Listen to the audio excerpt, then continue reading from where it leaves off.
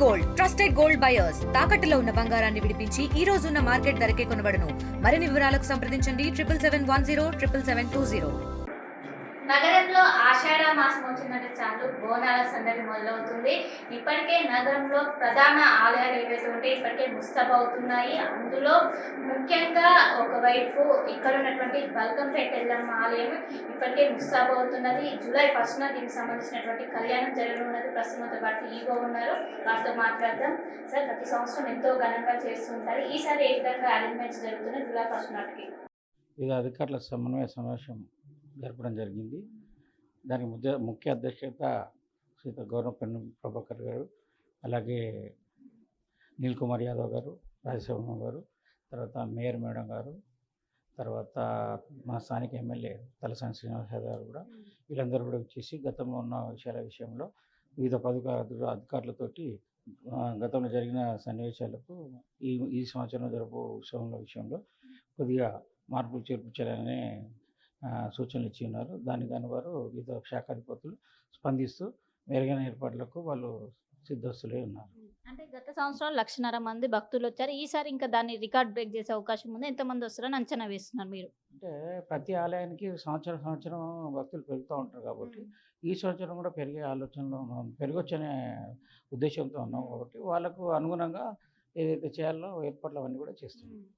కానీ గత సంవత్సరంలో ఒకవైపు ప్రోటోకాల్ దగ్గర కొంచెం చిన్న చిన్న ఇష్యూస్ తలెత్తాయి. ఈసారి వాటిని అధిగమించడానికి ఏ విధంగా చర్యలు తీసుకుంటున్నారు? ఇటు పోలీస్ ప్రొటెక్షన్ కావచ్చు, ఇవన్నీ దాని విషయంలోనే ప్రత్యేకంగా అధికారుల సమన్వయ సమావేశంలో ఈ బ్యారికేడింగ్ కానివ్వండి, తర్వాత ఎంట్రీ పాయింట్, ఎగ్జిట్ పాయింట్, దాని విషయంలో దాన్ని కొద్దిగా ఎక్స్టెన్షన్ చేస్తూ ఎలాంటి ఇబ్బందులు కూడా చూసుకోవాలనే ఆలోచనతో వాళ్ళంతా పోలీస్ డిపార్ట్మెంట్ వాళ్ళు, R&B వాళ్ళు, తర్వాత ట్రాన్స్కో వీళ్ళంతా కూడా దాని విషయంలో శ్రద్ధ చెప్తున్నారు. అంటే కళ్యాణం ఏ టైంకి స్టార్ట్ అవుతుంది, ఎప్పటి వరకు భక్తులు రావచ్చు, ఏంటి? మాకు ఉత్సవాలు అనేది 30వ తారీఖు నుండి మొదలవుతుంది. 30వ తారీఖు సాయంకాలం 6 గంటలకు ఎదుర్కోళ్ళు, మళ్ళీ 1వ తారీఖు నాడు పొద్దున్న ఉదయం 9 గంటలకు కళ్యాణం స్టార్ట్ అవుతుంది. మళ్ళీ మరుసటి రోజు 2వ తారీఖు సాయంత్రం 6 గంటలకు రథోత్సవం జరుగుతుంది. అంటే చాలా మంది కూడా చిన్నపిల్లలతో సహా వస్తుంటారు. వచ్చే భక్తులకు ఎలాంటి సూచనలు జారీ చేశారు? ఎక్కువ మొత్తంలో వస్తారు కాబట్టి వీరందరికీ కూడా ఇప్పుడు వయసు మళ్ళిన వాళ్ళు ఉంటారు, వాళ్ళకు కొద్దిగా శీఘ్ర దర్శనం చేసే ఆలోచనలో, తర్వాత డిజేబుల్డ్ ఉంటారు ఎవరైతే వాళ్ళకు కూడా శీఘ్ర దర్శనం చేసే ఆలోచన, ఆ తర్వాత వీళ్ళు ఓల్డ్ ఏజ్ పీపుల్ ఉంటారు కదా వాళ్ళకు కూడా ఇదంతా, డిజేబుల్డ్ వాళ్ళకు కూడా ఇక్కడ అది చేయడం జరుగుతుంది. కాబట్టి ఇవన్నీ కూడా మేము దాదాపుగా అన్నీ కూడా ఏర్పాట్లు రంగుల సున్నాలు పూర్తి కావచ్చినాయి. ఎలక్ట్రికల్ ఇల్యూమినేషన్ జరుగుతుంది.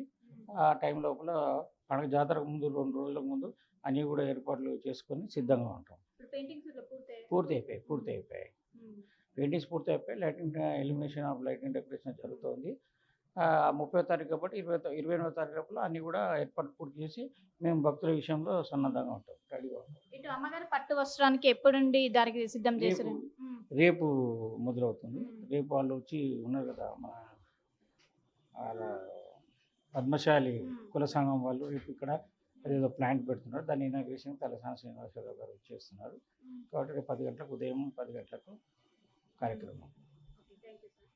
సో మొత్తం మీద ఈసారి జరిగేటటువంటి కళ్యాణానికి ఎలాంటి ఇబ్బందులు కాకుండా గత సంవత్సరం జరిగినటువంటి చిన్న చిన్న ప్రోటోకాల్ సమస్యలు ఈసారి తలెత్తకుండా ఒకవైపు అటు R&B కావచ్చు అన్ని శాఖలతో సమన్వయం చేసుకుంటూ ఈసారి ఘనంగా ప్రతి సంవత్సరం ఎంత అంగరంగ వైభవంగా జరుగుతుంది, ఈ సంవత్సరం కూడా అంతే అంగరంగ వైభవంగా జరుపుకోవడానికి సిద్ధమైన జూన్ 30న ఎదుర్కోలతో ప్రారంభమై అదేవిధంగా జూలై 1 రోజు అమ్మవారి కళ్యాణం జరుగుతుంది. అనంతరం రథోత్సవ కార్యక్రమాలు కూడా మొత్తం కూడా సిద్ధమయ్యాయి. ఇప్పటికే పెయింటింగ్ వర్క్స్ కూడా దాదాపు పూర్తయ్యాయి అంటూ కూడా ఒకవైపు ఈవో మహేందర్ గౌడ్ అయితే ప్రస్తుతం మనతో పాటు చెప్తున్నారు. కెమెరా పర్సన్ కోటితో కలిసి శిల్ప, RTV హైదరాబాద్. ఇండియా పాకిస్తాన్ ఉద్రిక్తతలపై లేటెస్ట్ అప్డేట్స్ కోసం డౌన్లోడ్ చేసుకోండి RTV లైవ్ యాప్.